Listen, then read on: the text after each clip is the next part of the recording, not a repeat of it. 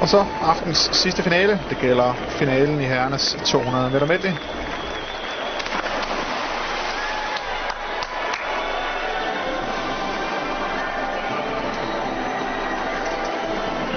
Altså, det store spørgsmål er selvfølgelig, om Michael Phelps har brugt alle kræfterne på 100 meter butterfly. Og hvis han har det, så er der bestemt også andre herrer her, som vil slås med om et verdensmesterskab her. Og Sivinen måske også blevet inspireret af Seppala. Ja, lad os da håbe det, fordi Sivinen har bestemt ikke været enten en skygge af sig selv, og ærgerligt. Vi havde jo forventet en Sivinen i noget bedre konkurrenceform end det her. Kevin Clemens, et nyt navn, amerikansk medley-svømning, sat personlig rekord med 2:01.04. Nummer 18 er han rangeret i verden. De her mesterskaber, altså 2:01.04, havde han for at komme med her til finalen. Jagter selvfølgelig det magiske 2 minutter, som kun 8 svømmer i verden har svømmet under nogensinde. Ian Thorpe, han er en af dem, som er tæt på 10. hurtigste tid nogensinde i verden, har han på den distance med 2:00.11. Og normalt altså ikke favorit til den her distance, men der er altså en grund til, at han svømmer det. Det er for, at han vil slås med om medaljerne, og det er bestemt også mulighed for, kan han få sin brystsvømning til at svømme lidt bedre, så er han bestemt en medaljemulighed. George Bogle kan få den første medaljer ved et VM nogensinde. Blev nummer 4 ved sidste VM og svømmede altså under de magiske 2 minutter i går i semifinalen. 7. hurtigste tid nogensinde sat i verden på 200 meter medley. Michael Phelps, verdensrekordholder, sat i semifinalen i går 1:57.94. 2 verdensmesterskaber. Det blev han til ved disse mesterskaber på 100 og 200 butterfly, og nummer 1 selvfølgelig rangeret suverænt i verden i år på denne disciplin. Han er altså for at præstere igen og få den 3. individuelle guldmedalje ved mesterskaberne som den første. Massimiliano Rosolino, den olympiske mester, verdensmesteren, manden med den 3. hurtigste tid nogensinde i verden, har svømmet så hurtigt som 1:58.58 før. Nummer 2 rangeret i verden i år, Rosolino. Takahiro Mori fra Japan, han er nummer 4 rangeret i verden i år, har før som med 2:00.11, altså meget tæt på de 2 minutter, og det rangerer ham på en 12. plads på alle tiders verdensrangliste. Og bane nummer 7, Brian Johns fra Canada. Hans første finale nogensinde ved et VM sat personlig rekord med 2:00.98. Ikke så langt fra hans landsmand Curtis Maidens kanadisk rekord. Og her er altså Jarni Sivanen, som før har fået sølvmedaljer ved et olympisk lege på den distance, og han er også som en verdensmester, tidligere verdensmester på den distance. Jarni Sivanen tilbage i Rom i 94.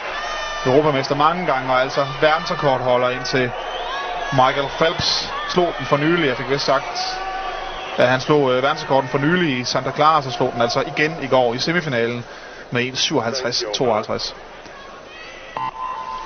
Men Sivanen, hvis han skal med i løbet, så skal han altså noget hurtigere på de første 100 meter, end han var i går. Han er en katastrofalt dårlig 100 meter eller første 100 meter i semifinalen i går.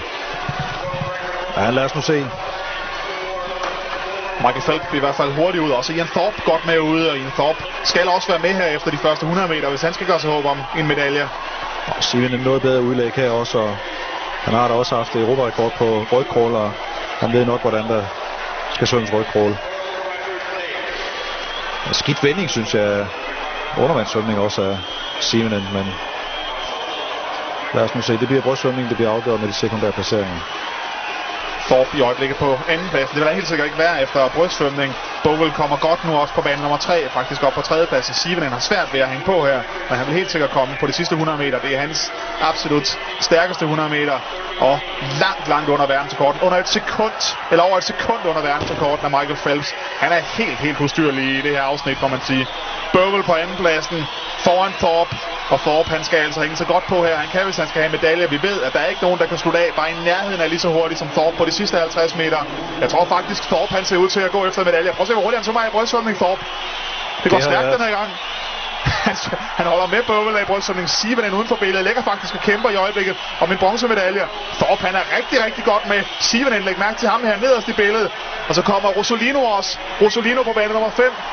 Og 1,5 sekund under medaljen. Rosolino bane 5, tror jeg vil få sølv. Måske Thorpe på bane nummer 2. Sivinen tror jeg ikke får medaljer, selvom han også skal slutte hurtigt af. Men prøv at lægge mærke til en tid, han får her. Han svømmer Medley ind i et helt andet århundrede, må man sige. Det er helt vildt det her. Michael Phelps går mod en ny verdensrekord endnu en gang. Rosolino på andenpladsen. Thorpe har måske brugt for mange kræfter i brystsvømning. Nej, han får sin medalje, Thorpe. Men det bliver... Det passer ikke. Det 56, jo, den er god nok. Halvanden sekund under verdensrekorden. Nej. Den mand er fuldstændig ustyrlig. 1:56.04. Det er vanvittigt. En verdensrekord, som stod med 1:58.16 helt tilbage fra 94. Har han altså slået 3 gange herinde på kort tid, og nu altså med 2 sekunder. Og Rosolino altså 2 år, tror jeg. Nej, det bliver Thorpe faktisk, der får sølv. Imponerende. Og Rosolino ind på 3. pladsen, Sivinen en 4. plads, faktisk trods alt flot svømning i 59.98. Og hele 4 mand under de 2 minutter. George Bowl skuffende ind på 5. pladsen med 2:00.06. Og ny rekord til Ian Thorpe også. Så det var bare spøg og skæmt alt med hans dårlige brystsvømning i indledningen og i semien. Og en sikken en verdensrekord. Den får lov at stå. Det er jeg helt overbevist om. I hvert fald indtil næste år. Og Ian Thorpes håb om at slå den mand her til OL i 2 meter. Det kan han godt glemme. Ja, det kan han godt glemme. Det kan han slå op i kraks efter. Det får han ikke lov til. Det er han simpelthen for dårlig til i brystsvømning. Han behersker det hele til perfektion. Det er altså, så vi var inde på den anden dag, så vandt han altså 3 forskellige discipliner ved de amerikanske mesterskaber. Det er aldrig sket før i historien, at man behersker. Man er så alsidig, som han er. Nej, ikke til de amerikanske mesterskaber. Man kan forstå sådan en som Sivinen kan gøre det i Finland og vinde 2 fly, 2 medley, 2 bryst. Og familien, der gratulerer.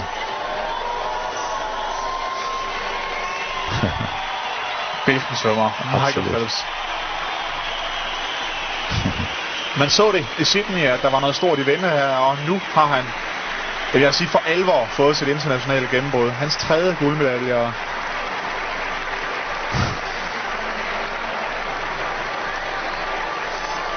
2 verdensrekorder på en time. Ja. Tak for med.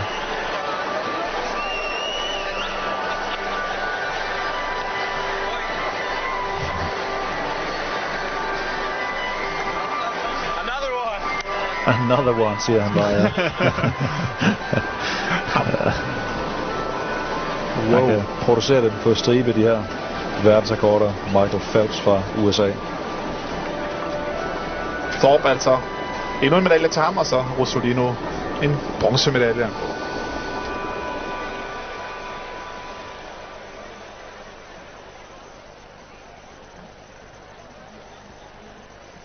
Ja, flotte billeder af VM's løb måske. Ja, det synes jeg det er. Det er det. Det må det blive. Det er i hvert fald ikke hver dag, man slår verdensrekord med næsten 2 sekunder på en 200 meter. Det er altså ikke for sjovt. Stævnespeakeren i Athen kan også godt begynde at øve sig på at sige Michael Phelps New World Record. Det tror jeg på.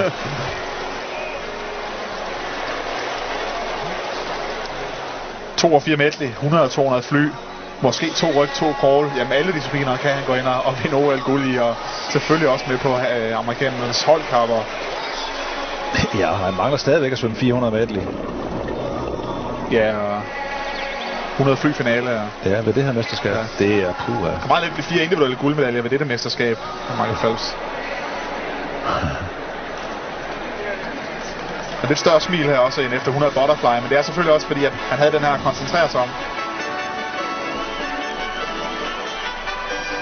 Og vores tvivl om, hvorvidt han svømmede alt, hvad han kunne i går i semifinalen i 2 medley for at koncentrere sig om 100 butterfly. Den blev i hvert fald kraftigt gjort til skamme her. Det må man sige.